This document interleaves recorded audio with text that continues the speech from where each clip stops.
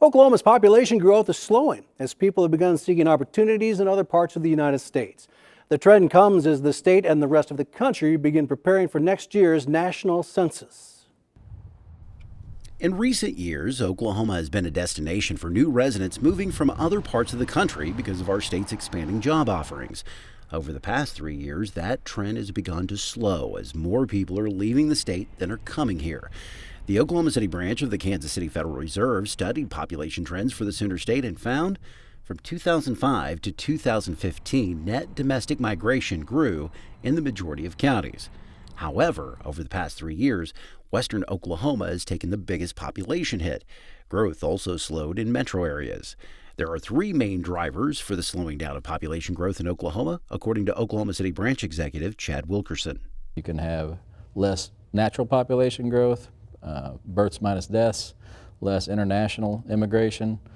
And we have seen a little bit of slowdown in those 2 things, but of course the thing that can really make a difference is more people moving out of the state than moving in from within the U.S. We've seen that now for each of the past 3 years. Wilkerson is a bit surprised by how long the slowdown in population growth for Oklahoma has lasted. It appears that much of the outmigration is due to the downturn in oil prices starting in 2015, causing trouble for Oklahoma's job market and economy. One thing we saw in looking deep at the data was that all of the net outmigration was for working age adults, prime age working age, which is between 25 and 54. So that suggests that it has to do with the economy. The rural areas have seen the slowest population growth, but outmigration is also affecting Oklahoma City and Tulsa. By 2017, actually, we were not seeing positive in-migration even to the Oklahoma City metro or the Tulsa metro. And that was a little surprising as well. Those holding college degrees make up the biggest segment of those leaving Oklahoma. Wilkerson says it's actually a longer-term trend for the state. And that trend actually continued a trend of the previous 15 years, where even when we were doing very well economically, we were still losing slightly more college grads than we were gaining each year. While the degreed workers were leaving the state, there is a bright spot in the last 3 years, a youth movement in the population.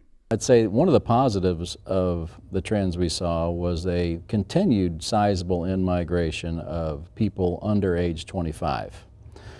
So regardless of what their situation is, that's a positive thing for the future of Oklahoma.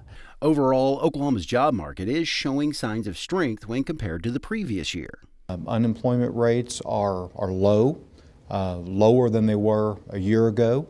We're adding jobs in terms of payroll growth, adding in a number of sectors. So really, it's pretty healthy.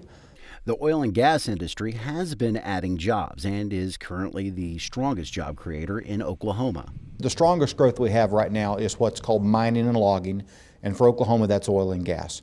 And that's still adding employees at a rate of over 6% a year. It's slower than it was, so that's contributing to some of the issue, but it's still growing well. Lynn Gray says there is weakness in manufacturing, professional and business services, and information technology over the last year. The outmigration trend is happening at a time when the census is less than a year away. The Oklahoma Institute for Child Advocacy is stepping in to help encourage Oklahomans to be counted. The Partnership for America's Children, we're an affiliate of their organization, a member of their organization, is encouraging all of the child advocacy programs across the nation to reach out in their states and promote the census. It is important to count young children to make sure the state gets federal funding for certain programs. Political representation is at stake also. 20 years ago, Oklahoma lost a congressional seat. But Dorman says the national headcount isn't just about getting resources from the federal government. It's also something which could influence business decisions. Businesses also look at this when they seek to expand job opportunities. They're going to look into a metro area and see not only what the population count might be, but what the demographics are as far as increase in population or decreasing. So it's important that we have an adequate count and we put in the best possible numbers that we potentially can. It seems the numbers are playing out in Axiom. As the oil and gas industry goes, so does Oklahoma.